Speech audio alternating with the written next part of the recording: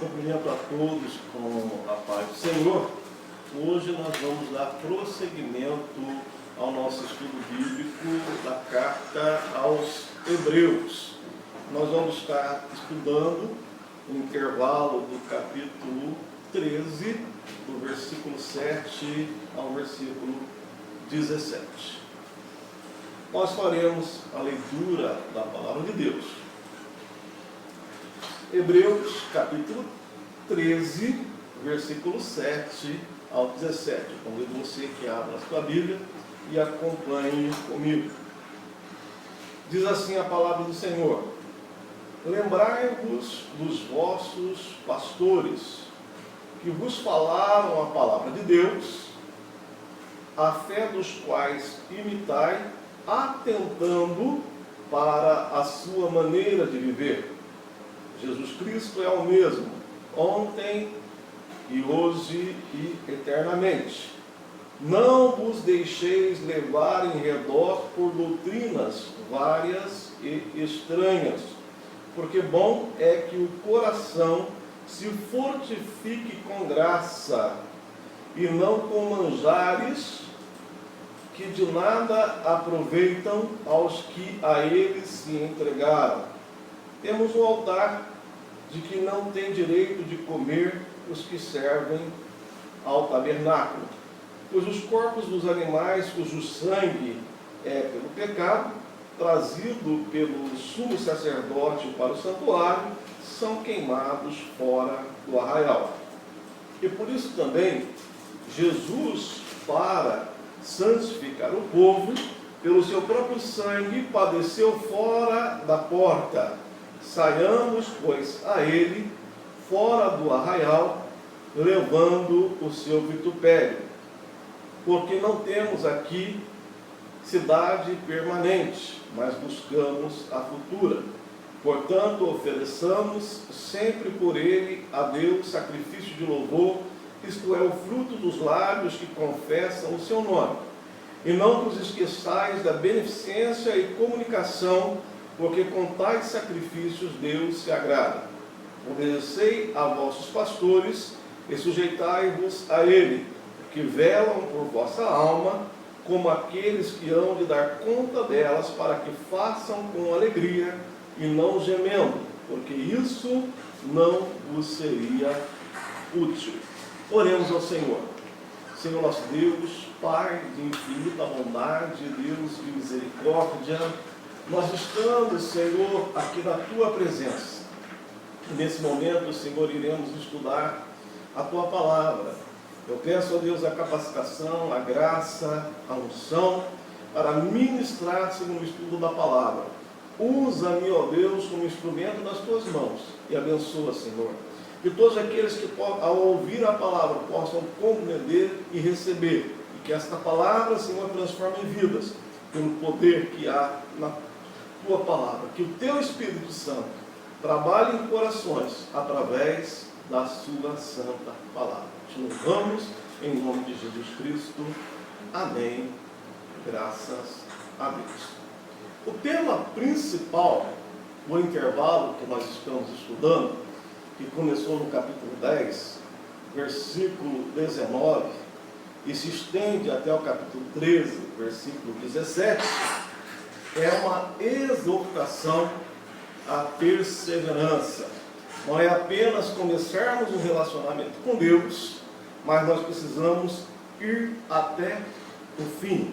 Nós não somos daqueles que retrocedem para a perdição, nós somos daqueles que avançam para a conservação da nossa alma. Então nós devemos deixar o embaraço, o pecado que tão de perto nos rodeia e correr com perseverança a carreira que nos foi proposta.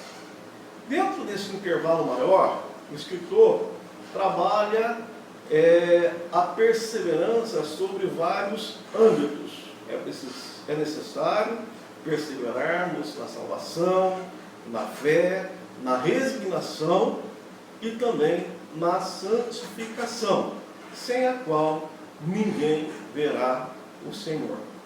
No capítulo 12, versículo 14, nós começamos esse último aspecto de perseverança, que é a perseverança na santificação. E quando nós começamos a análise do capítulo 13, ele começa a apresentar uma série de condutas éticas e morais que devem fazer parte do comportamento da vida cristã. Então, capítulo 13, de 1 ao 17, ele fala da santidade e a prática cristã. Nós já estudamos do versículo 1 ao versículo 6 e vimos vários comportamentos que devem compor a nossa conduta. Então, o cristão, ele deve praticar o amor fraternal, ele tem que ser hospitaleiro, ele tem que ter compaixão por aqueles que foram presos injustamente, ele deve zelar pela pureza do casamento, que é um leito sem mácula, e ele deve também evitar qualquer tipo de prática que macule o leito conjugal, ou seja, a sua sexualidade. E também deve ter uma vida de contentamento, ou seja, o cristão não pode se prender à avareza. Hoje, nós vamos estudar a última parte da carta que fala sobre a santidade e a prática cristã.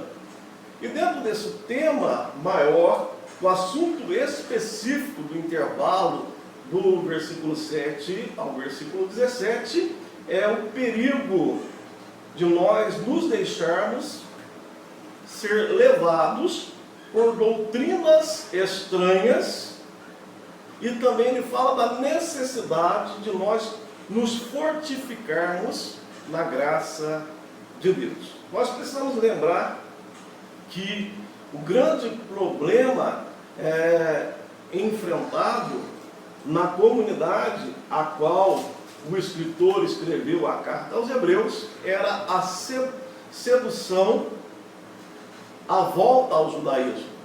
Os irmãos estavam sofrendo uma grande perseguição, e fora essa perseguição que vinha do mundo externo, da incompreensão pela vida cristã, tinha também um grave problema acontecendo, que era muitos judaizantes que estavam infiltrados dentro da igreja e queriam seduzir os irmãos a voltarem para o judaísmo. E o grande tema, várias partes da carta, o escritor mostra a superioridade da graça e o risco que é voltar ao judaísmo, ou seja, apostatar, decair da fé, retroceder. Nós não podemos retroceder, porque a lei, a antiga aliança, é apenas uma sombra, mas a graça é uma realidade. Então nós vivemos um concerto superior. Então agora, nesse intervalo do versículo 7 ao versículo de número 17, ele vai fazer essa exortação sobre o perigo que é deixar levar-se por doutrinas estranhas. Nós fomos chamados para a cada dia, nós nos fortificarmos na graça de Deus. Nós podemos dizer que esse intervalo nos faz lembrar bastante o ensinamento do apóstolo Paulo na carta aos Gálatas, os irmãos que lá também viviam um problema bastante parecido. Muitos judaizantes infiltrando naquela comunidade e querendo trazer tradições e costumes da antiga aliança e colocar no meio da igreja. E também aqui, muitos estavam sendo contaminados por essas ideias judaizantes e estavam seduzidos a voltar para o judaísmo. O versículo-chave para a gente compreender o intervalo, eu vou ler aqui, é o versículo de número 9, quando diz assim, ó: não vos deixeis levar em redor por doutrinas várias e estranhas, porque bom é que o coração se fortifique com graça, e não com manjares que de nada aproveitaram aos que a eles se entregaram. Então, essa é a exortação. Nós não podemos nos afastar da graça de Deus. Então, só neste versículo, que é o versículo-chave aqui do intervalo que nós vamos estudar nessa noite, o escritor ele apresenta duas exortações. A primeira é que nós não podemos nos deixar levar em redor, ou seja, ser envolvido por várias doutrinas estranhas. Ou seja, nos faz lembrar o que Paulo diz aos Gálatas: ainda que nós mesmos, um anjo do céu vos anuncie outro evangelho, além daquele que eu já anunciei, que seja anátema. Nós não podemos acrescentar nada à graça de Deus. Assim como nós não podemos deixar outras doutrinas envolver a nossa vida, nós temos que nos fortificar na graça. Esse mesmo texto na Bíblia Linguagem de hoje diz assim: é bom sermos espiritualmente fortes por meio da graça de Deus. Então, toda a nossa confiança deve estar baseada na obra que Cristo fez. Se somos salvos pela graça. Nos faz lembrar também quando Paulo diz na sua carta aos Efésios, capítulo 2, versículo 8 e 9: pela graça sois salvos por meio da fé. Isso não vem de vós, é um dom de Deus, não vem das obras, para que ninguém se glorie. Então a salvação, ela é um dom de Deus. Então nós não podemos nos manchar a nossa santificação, o nosso relacionamento com Deus, deixando-nos envolver por doutrinas estranhas. Então, a palavra de Deus é suficiente para a nossa vida, a graça de Deus é suficiente para a nossa vida. Então, outro evangelho que não seja fundado na graça de Deus, ele deve ser rejeitado. Então, nós veremos que nesse intervalo, o escritor vai mostrar vários argumentos, vários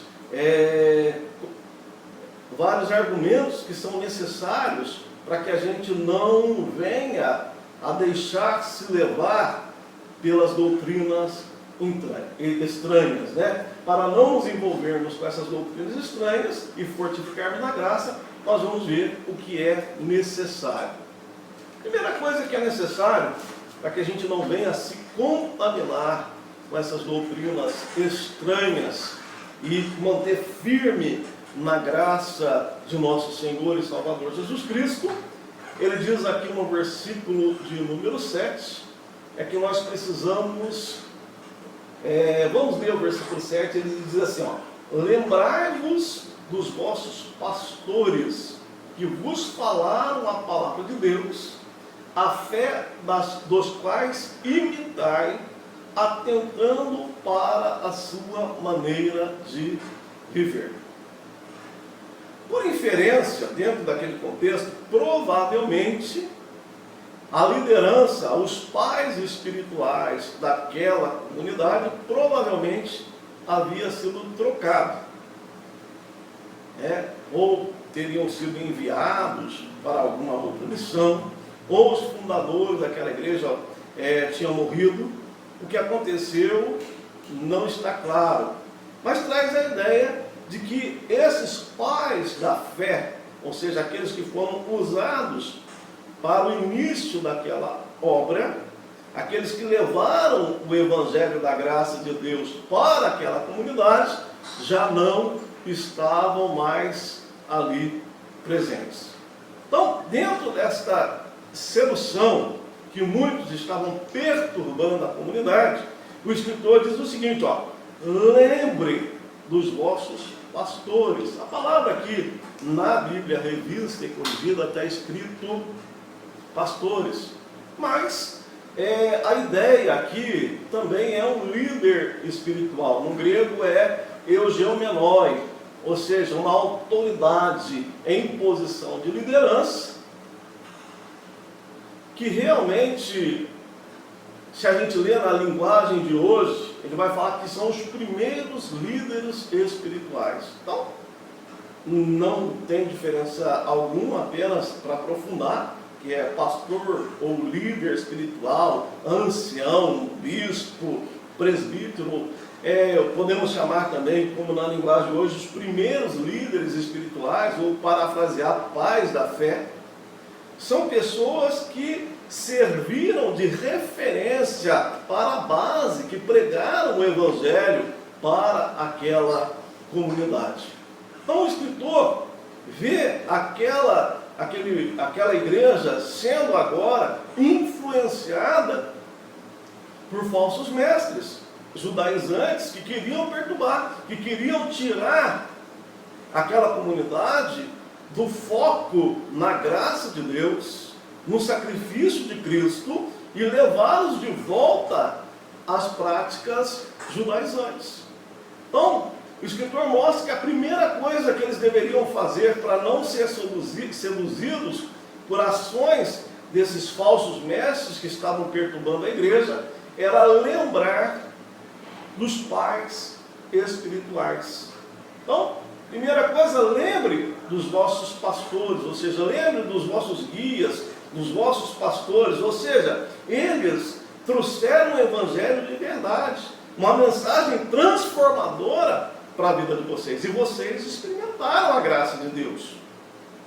E por que agora estão esquecendo? Por que agora vocês estão deixando se perturbar pela sedução dos falsos mestres? Então ele diz, lembre dos vossos pastores. E ele diz aqui, também na parte B, a fé dos quais imitai. Ou seja, vocês ouviram a mensagem deles, aprenderam com eles, e muitas das coisas que vocês praticavam aí na sua comunidade, vocês imitaram os pais na fé de vocês. Vocês atentaram para a sua maneira de viver. Então o Evangelho, ele não é apenas um ensino, mas ele também é uma instrução. E aqueles pais espirituais influenciaram a vida daquela comunidade. Então o escritor fala, lembra de quando começou? Lembra do início da fé de vocês? Esses homens de Deus que influenciaram a vida de vocês, esses homens de Deus que demonstraram uma fé verdadeira, que vocês imitaram, que vocês viram o bom proceder na vida deles. Então nós não podemos esquecer isso, né? Voltar ao nosso primeiro amor, lembrar de como começou a nossa fé e o nosso relacionamento com Deus. Observando esse versículo também, nós tiramos algumas verdades, né? Nós observamos algumas características que evidenciam um verdadeiro líder espiritual, ou seja, alguém que é digno de ser imitado. E Jesus já falou que existe o líder e existe o falso mestre. E como nós conhecemos o que é correto, o que é de Deus e o que não é de Deus? Jesus já diz, pelo fruto você conhece a árvore. Não pode uma árvore má dar fruto bom e nem uma árvore boa dar fruto mau. E nesse versículo, versículo 7, nós vimos que um verdadeiro líder, ele tem algumas características. Primeiro, um verdadeiro líder, ele proclama a palavra de Deus. Ele diz assim, que vos falaram da palavra de Deus. Não é a nossa opinião, é a palavra de Deus. Então é dever de um líder espiritual proclamar a palavra de Deus. Segundo, característica, o líder espiritual, ele é um homem de fé. E quando ele é um homem de fé, ele é digno de imitação. Terceiro, o líder espiritual, ele serve de exemplo para o rebanho, atentando para a sua maneira de viver. Então o escritor aos Hebreus está falando, olha, vocês agora estão dando ouvido àqueles que querem trazer doutrina estranha, aqueles que querem afastar vocês da graça de Deus. Lembre de vossos pais espirituais, homens que proclamavam a palavra de Deus, homens de fé, homens que serviam de exemplo para a vida de vocês. Então, quando nós realmente temos esses referenciais, pessoas que passam na nossa vida, que são verdadeiros servos de Deus, que proclamam a palavra, que são homens de fé, que vivem o que prega, nós jamais podemos esquecer esses líderes que influenciam a nossa vida. Isso nos faz lembrar um texto do apóstolo Paulo. Eu gostaria que você abrisse a sua Bíblia na carta aos Filipenses. Carta aos Filipenses, é o capítulo de número 4. Filipenses, capítulo de número 4. Nós vamos ler o versículo de número 9. Filipenses, capítulo 4, versículo de número 9. Diz assim: o que também aprendestes e recebestes e ouvistes e vistes em mim, isso fazei, e o Deus de paz será convosco. Então, Paulo, em várias vezes, ele vai falar, sede meus imitadores, como eu também sou de Cristo. Então, um verdadeiro líder espiritual, ele prega a palavra de Deus, ele é um homem de fé, e ele também serve de exemplo para o seu rebanho. Então, nós jamais como igreja podemos deixar de observar isso. Eu, como pastor, fico muito triste quando alguém chega e fala, estou indo embora para uma igreja tal. E chega lá e ouve um monte de besteira, coloca muitas vezes a própria vida sobre a autoridade, que ele nem conhece o caráter, nem conhece a conduta.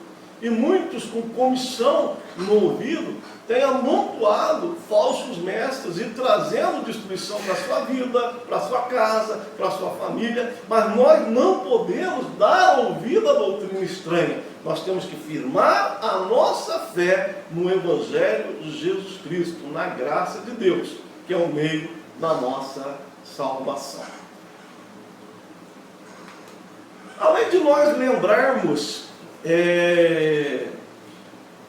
dos nossos pais espirituais, ele diz também que nós jamais, isso é o versículo 8, jamais nós podemos esquecer quem é Jesus. Amém? Nós não podemos esquecer quem é Jesus. Ele diz, eu vou falar e você vai repetir comigo, Jesus Cristo é o mesmo, ontem, hoje e eternamente. Ou seja, líderes envelhecem, líderes morrem, líderes muitas das vezes são transferidos e enviados para outra missão dentro do plano de Deus. E homens que nos ajudaram, que são importantes para a nossa jornada, para a nossa caminhada, estão sujeitos à morte, estão sujeitos a sofrer alguma mudança na sua vida. Mas ainda que isto aconteça, a nossa fé tem que estar firmada naquele que não muda. E quem não muda? É Jesus. Jesus Cristo, ele é o mesmo ontem, hoje e é para todo o sempre. Jesus é o mesmo. É aquele que se fez carne e morreu por nossos pecados. Foi sepultado, mas ao terceiro dia ressuscitou. Isso é o Jesus Cristo ontem.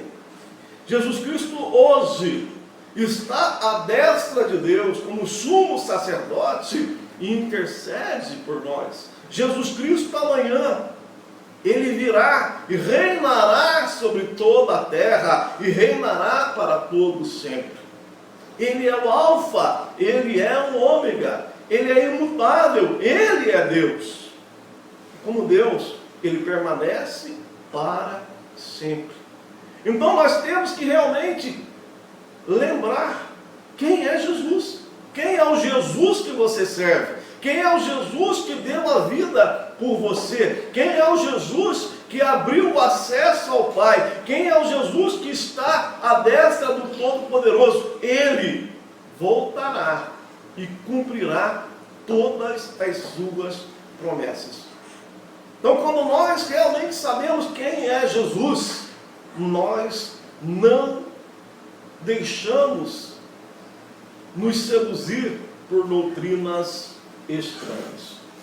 Outro ponto importante no versículo 9 ainda, que é o versículo chave, nós temos que nos alimentar da graça de Deus e não de rituais inúteis. Ele diz assim: não vos deixei levar em redor por doutrinas várias e estranhas, porque bom é que o coração se fortifique com graça e não com alimentos que de nada aproveitaram ao que eles se entregaram. Então, o tema do intervalo é a santificação.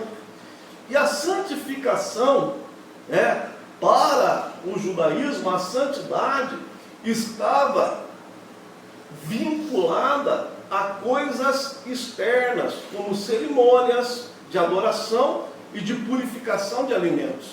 Então, para o judeu, segundo o culto judaico, ele tinha que fazer vários ritos de purificação, se abster de várias práticas e de vários tipos de alimentos que o tornavam impuro e que, se ele se contaminasse, ele não poderia prestar um culto de adoração a Deus.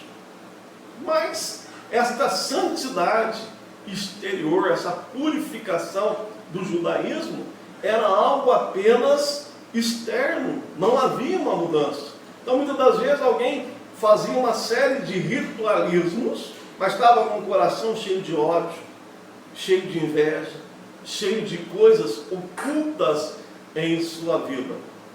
Então, o escritor ele vai mostrar que esse tipo de restrição, não toques, não comas, não bebas, que eram muitas das vezes impostas como um aspecto de santidade pelos judaizantes, não mudava em nada a vida deles. E muitos dos fariseus, por exemplo, era um grupo tido como os santos. Jesus muitas das vezes falava: fugir dos fariseus, porque o problema deles, o pecado deles é a hipocrisia. A verdadeira santidade não está baseada em ritualismo, mas na obra que a graça de Deus fez em nossa vida. O Senhor Jesus, Ele nos purificou de todo o pecado. Nós somos santos porque cremos nele. Nós somos santos porque nascemos de Deus e o Espírito Santo de Deus escreveu a lei de Deus no nosso coração e nos capacitou a vivermos uma nova vida. Outrora nós éramos servos do pecado, mas agora nós somos servos da justiça. Então, pela ação, pela obra de Cristo e pela ação do Espírito Santo, nós conseguimos ter uma vida agradável diante de Deus. Então, o nosso viver hoje é um viver sóbrio, justo, pio, né? Por quê? Porque a graça de Deus fez uma obra santificadora na nossa vida. Então, ele mostra aqui, no final do versículo 9, que com todas aquelas abstinências, todo aquele ritualismo de culto, ele diz assim: e não com alimentos que de nada aproveitaram aos que eles se entregaram. Então todo aquele ritualismo apenas fazia uma purificação ritual, mas não mudou a vida de ninguém. O homem não teve acesso a Deus pelas práticas das obras judaizantes. O homem, o israelita, o máximo que ele poderia fazer é chegar no átrio, entregar ali o seu sacrifício. O sacerdote, no máximo que ele podia entrar no lugar santo, e o sumo sacerdote apenas uma vez por ano, após oferecer sacrifício pelo seu pecado e pelo pecado do povo, é que ele poderia entrar no lugar santíssimo que representava a presença de Deus.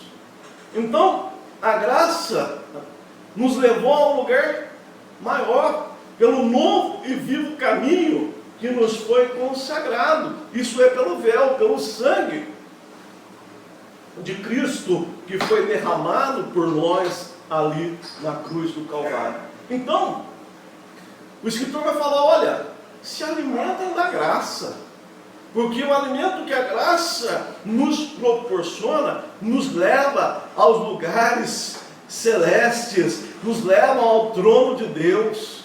Mas os alimentos dos rituais não levaram o israelita à presença de Deus.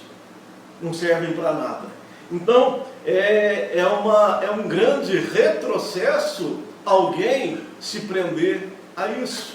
Então, ele deixa bastante claro. Olha, lembra dos vossos pais, lembra de quem é Jesus. Se alimente da graça e não de ritualismo, porque isso de nada tem proveito.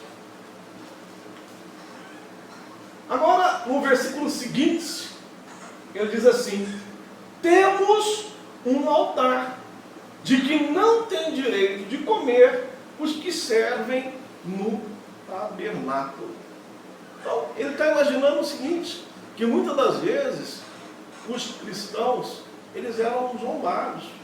Vocês cultuam aonde? Aonde que vocês oferecem o sacrifício, se lá na congregação de vocês não tem nem um altar? Aí o escritor fala para eles, mas nós é que temos o altar. Nós temos um altar de que não tem direito de comer os que servem ao tabernáculo. O que ele quis dizer com isso? Nós, para não sermos envolvidos com doutrinas estranhas, nós temos que saber que Cristo é o nosso altar. Cristo é o nosso altar. Nós temos o altar. O nosso altar é Cristo.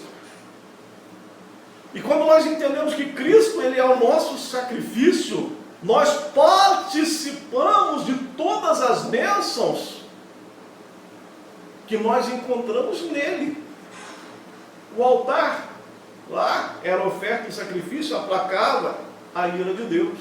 Mas o israelita devoto jamais tinha acesso à presença de Deus. Agora nós não, o nosso altar é perfeito, sacrifício perfeito, sangue perfeito. Hoje nós entramos, não no tabernáculo terrestre, mas nós chegamos na presença de Deus. Então, Cristo é o nosso altar. E ele diz, olha, todos esses que zombam de vocês, eles não têm direito de comer, ou seja, de participar, de ter comunhão com a obra que Cristo realizou. Cristo é o nosso altar. Cristo tirou toda a separação. Em Cristo nós temos acesso à presença de Deus. Coisa que nas práticas judaizantes isso é impossível.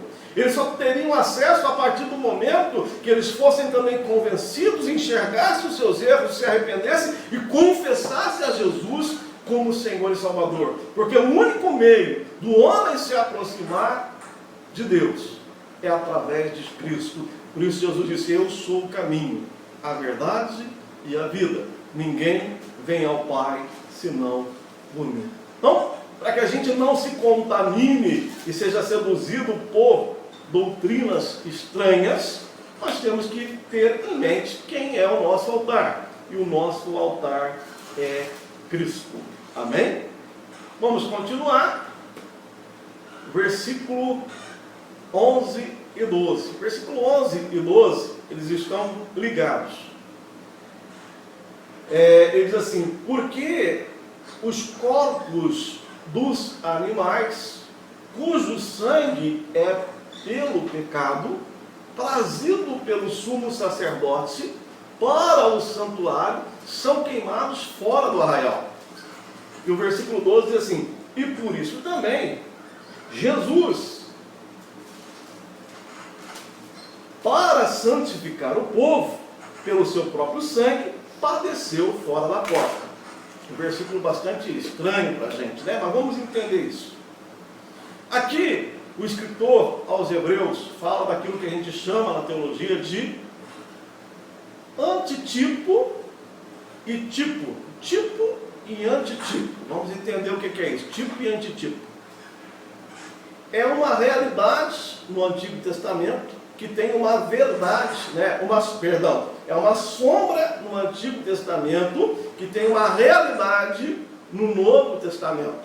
Então o versículo 11, ele faz uma descrição de como era o sacrifício no Antigo Testamento. No versículo 12, ele mostra que lá no Antigo Testamento aquilo ali era apenas uma sombra, ou seja, um tipo. Já no versículo 12, ele mostra uma realidade, ou seja, um antitipo. Amém? Então nós temos que fixar os nossos olhos no antitipo, ou seja, na realidade. E a realidade é Jesus e a sua obra.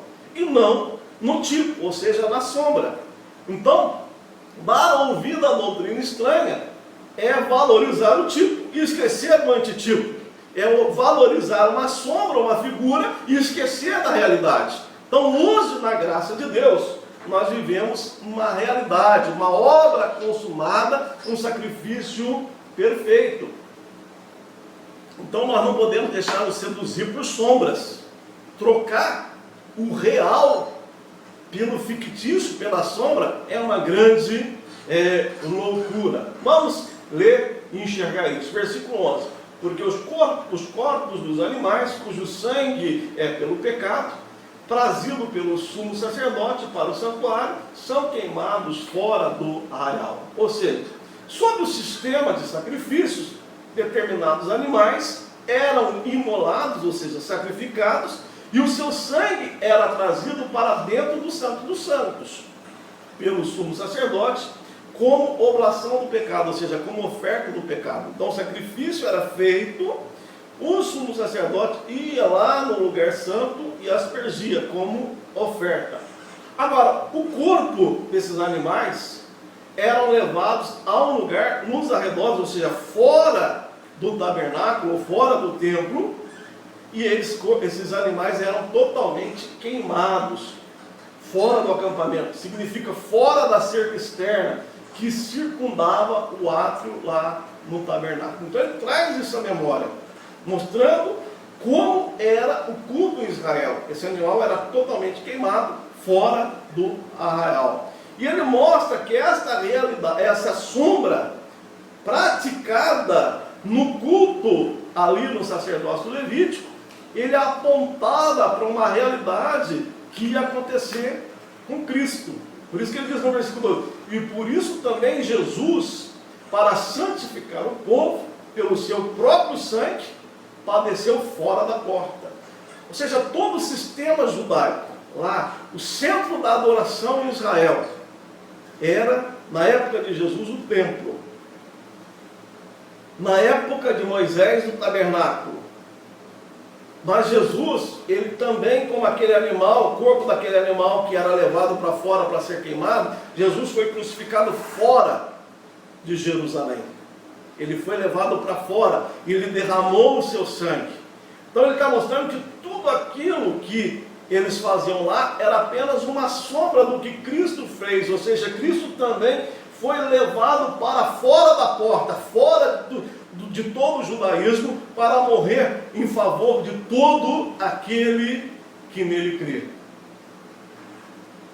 Ele foi crucificado fora dos muros de Jerusalém, fora do acampamento organizado pelo judaísmo, que ele santificou o povo pelo seu próprio sangue. Então aquele sangue usado, sangue de sacrifícios imperfeitos, eram usados lá no Antigo Testamento, mas agora o sangue perfeito. Jesus também foi levado para fora do arraial e derramou o seu sangue, para que todo aquele que nele crê não pereça, mas tenha a vida eterna. Um sacrifício único e um sacrifício perfeito. Um sacrifício que nos leva à presença de Deus. Um sacrifício que nos faz ter comunhão com Deus pelo novo e vivo caminho que foi aberto, isso pelo seu sangue. Agora, ele mostra também, no versículo 13, que para não sermos seduzidos com essas doutrinas estranhas, nós precisamos romper com as tradições e estarmos dispostos a sofrer por Cristo. Olha o que ele diz aqui no versículo de número 13. Saiamos, pois, a ele fora do arraial. Cristo saiu do arraial e derramou seu sangue e nos aproximou de Deus. Agora nós também temos que sair fora do arraial e levando o seu vitupério, né? Na tradução linguagem de hoje diz assim, ó, soframos a mesma desonra que ele sofreu. Então o que ele quer dizer é o seguinte, para aquela comunidade, que se eles quisessem realmente ter um relacionamento com Deus, eles precisavam romper, sair fora do arraial, ou seja, romper com todas aquelas tradições, porque aquelas tradições não serviam para nada, e se fortificar na graça que há em Cristo Jesus. E que eles tinham que estar dispostos a sofrer com Cristo. Nos faz lembrar o texto de Paulo, quando Paulo diz assim, se é certo que com ele padecemos, com ele seremos o quê?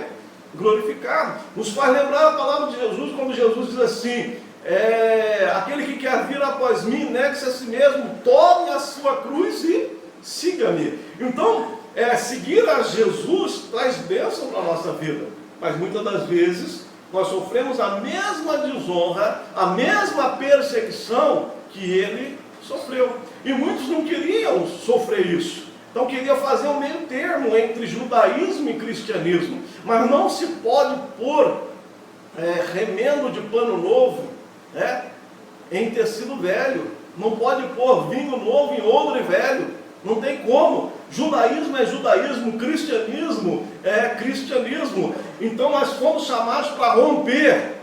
E eu fico triste quando eu vejo ainda hoje muitos querendo judaizar a igreja, trazendo práticas do judaísmo como um aspecto de santidade e perturbando a vida da cristandade. Graças a Deus que homens como Paulo, João, Judas, o escritor aos Hebreus, que nós não sabemos, não foi revelado quem realmente ele é, mas esses homens zelaram pela fé que uma vez foi entregue aos santos, senão o cristianismo seria um judaísmo, seria uma verdadeira ritos e fardos. Então, se eu quero seguir a Cristo, eu tenho que romper com todas as tradições, eu tenho que romper, eu não posso, eu tenho que sair fora do arraial, eu tenho que realmente abandonar todo o sistema religioso que mostra a salvação por obras. A salvação depende exclusivamente do sacrifício que Cristo fez por nós ali na cruz do Calvário. Pela graça nós somos salvos por meio da fé. Não vem de nós. A salvação, ela é um dom de Deus. Louvado seja o nome do Senhor. Vamos prosseguir. Versículo 14. Ele mostra também que para a gente não ser seduzido por essas doutrinas estranhas, nós precisamos buscar a cidade futura. Amém? Versículo 14 diz assim, porque não temos aqui cidade permanente, mas buscamos a futura. Ou seja, o centro da adoração do judaísmo era a cidade de Jerusalém, o monte do templo. O templo para eles era tudo. Agora o escritor está falando, aqui nós não temos cidade permanente aqui na terra. Vem a hora, e agora em que os verdadeiros adoradores adorarão a Deus em espírito e em verdade. Hoje, o caminho foi aberto. Nós não temos uma Jerusalém terrestre, mas nós temos uma Jerusalém celeste. Nós buscamos a futura e não a presente. Então não tem como nós seguirmos a Cristo e estarmos presos às tradições do judaísmo. Tudo ali foi sombra. Mas Deus nos transportou para uma nova realidade. Não para uma Jerusalém terrestre, mas para uma Jerusalém celeste. Amém? Então, versículo 15 e o versículo 16, eles estão interligados. E ele diz assim, versículo 15 e 16: portanto, ofereçamos sempre por ele a Deus sacrifício de louvor, isto é, o fruto dos lábios que confessam o seu nome. E o versículo 16 diz assim: e não vos esqueçais da beneficência e comunicação, porque com tais sacrifícios Deus se alegra. Ou seja, no Novo Testamento, nós fomos feitos sacerdotes. Nós somos sacerdócio santo. 1 de Pedro, capítulo 2, eu gostaria de ler com você. 1 de Pedro, capítulo 2. Vamos ler o versículo 5 e vamos ler também o versículo 9. Diz assim: vós também, como pedras vivas, sois edificados casa espiritual e sacerdócio santo, para oferecer sacrifícios espirituais agradáveis a Deus por Jesus Cristo. E o versículo 9 diz assim: mas vós sois a geração eleita, o sacerdócio real, a nação santa, o povo adquirido, para que anuncieis as virtudes daquele que vos chamou das trevas para a sua maravilhosa luz. Então, hoje, no Novo Testamento, nós somos sacerdotes. Nós estamos a serviço de Deus. E nós fomos chamados para testemunhar do que Cristo fez.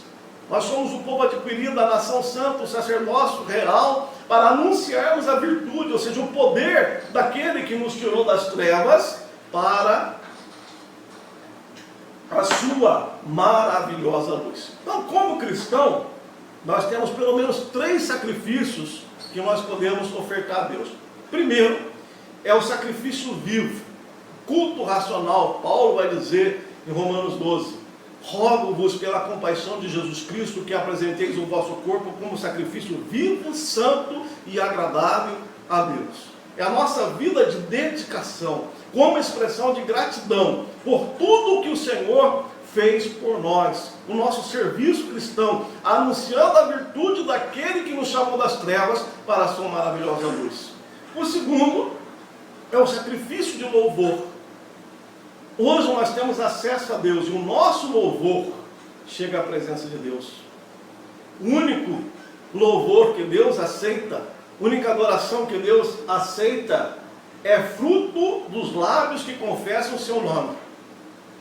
Muitos até cantam música evangélica, mas eu vou dizer uma coisa para você: o louvor só é aceito dos lábios daquele que realmente confessa que Jesus Cristo é o seu Senhor. Amém? E o terceiro sacrifício, aqui no versículo 16, ele diz assim: não vos esqueçais da beneficência e comunicação, porque com tais sacrifícios Deus se agrada. O que é isso? É a oferta dos nossos bens, é a liberalidade. Devemos usar os nossos recursos materiais para fazer o bem e ajudar aos necessitados. Mais bem-aventurada coisa é dar do que receber. A liberalidade é o oposto da avareza. Então, o avarento segura para si. O liberal, aquele que é tomado por liberalidade, ele tem um coração grato e ele comunica com as necessidades dos santos. Então isso faz parte, isso é uma espécie de sacrifício que Deus se agrada. Nós não fazemos boas obras para sermos salvos. Nós fazemos boas obras porque somos salvos. É diferente, não é uma troca. é fruto de um coração. O último versículo aqui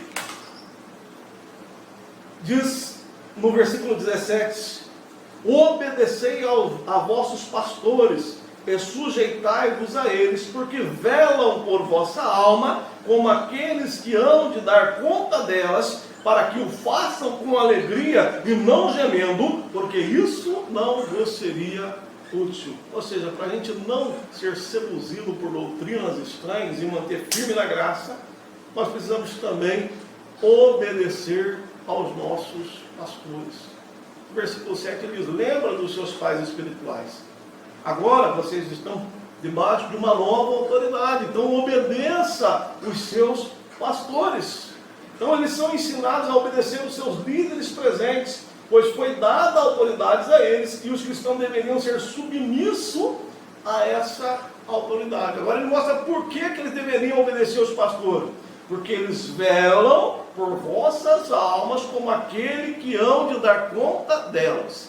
Os pastores, assim eu como pastor, eu velo sobre o meu rebanho, e eu vou prestar conta ao sumo pastor e bispo da minha alma. As ovelhas são de Cristo, eu sou apenas um cuidador. Então eu velo, eu cuido, né? Velar é ficar o tempo todo aceso, cuidando, preocupado, para que realmente ninguém se perca, ninguém se distancie, nenhuma ovelha seja atacada por lobos ferozes. Então nós temos que realmente velar, cuidar do rebanho. Agora, se o pastor cuida do seu rebanho, as ovelhas devem a ele obediência e respeito, honra. E ele diz aqui no versículo, para que façam com alegria e não gemendo, porque isso não lhes seria útil. Na linguagem de hoje é assim, se vocês obedecerem, eles farão o trabalho com alegria, mas se vocês não obedecerem, eles trabalharão com tristeza, e isso não ajudará você em nada. Eu pergunto para você que está me ouvindo, você tem feito com que o seu pastor se alegre ou fique triste? Não entristeça a vida do seu pastor. Obedeça, reconheça, honra. Sabe que Deus colocou ele sobre a sua vida para cuidar de você. Ele zela pela sua alma, para que ele faça com alegria. Não faça o pastor gemer. Quem gosta de fazer o pastor gemer, um dia vai ser seduzido por uma doutrina estranha e vai se distanciar da presença de Deus. Amém? Então, com isso nós terminamos o intervalo do capítulo 13, do versículo 7 ao 17, em que ele fala sobre isso, o perigo de nós nos deixarmos levar por doutrinas estranhas. Nós não podemos ser seduzidos por doutrina estranha, mas nós temos que nos fortificarmos a cada dia na graça que nos foi dada por Deus em Cristo Jesus. E para que a gente não venha a ser seduzido por isso, nós precisamos lembrar dos nossos pais da fé, imitar o que nós aprendemos com eles, jamais esquecermos quem é Jesus, alimentarmos da graça e não de rituais inúteis, ter em mente quem é o nosso altar, e o nosso altar é Cristo, fixarmos o nosso olho na realidade e não nas sombras, rompermos com as tradições da lei, estarmos dispostos a sofrer com Cristo, buscarmos a cidade futura, a Jerusalém celeste e não a terrestre, e oferecer a Deus sacrifícios que Deus se agrada. O sacrifício da nossa dedicação, o sacrifício do nosso louvor, o sacrifício da nossa liberalidade e, por fim, obedecermos aos nossos pastores, porque eles velam por nossas almas, para que façam com alegria e não gemendo. Que Deus abençoe a sua vida e que esse estudo encontre um lugar no seu coração, que gere uma transformação, que Deus continue nos abençoando e nos dando sempre a oportunidade de nos reunirmos para adorar a Deus. Oremos ao Senhor. Senhor, te louvamos por esse momento passamos na tua presença, estudando a tua palavra. Ó Senhor, abençoa cada um dos teus servos e servas, que ao ouvirem essa palavra possam ser transformados. Ó Pai, pois a tua palavra é um fogo que purifica, é o trigo que alimenta, é o martelo que quebra o coração endurecido. Transforma a vida, Senhor, pelo poder da tua palavra. Te louvamos em nome de Jesus Cristo. Amém. Graças a Deus. E que o grande amor de Deus, a graça e a paz de nosso Senhor e Salvador Jesus Cristo, a comunhão e a consolação do Espírito Santo seja com todos. Amém? Deus abençoe suas vidas.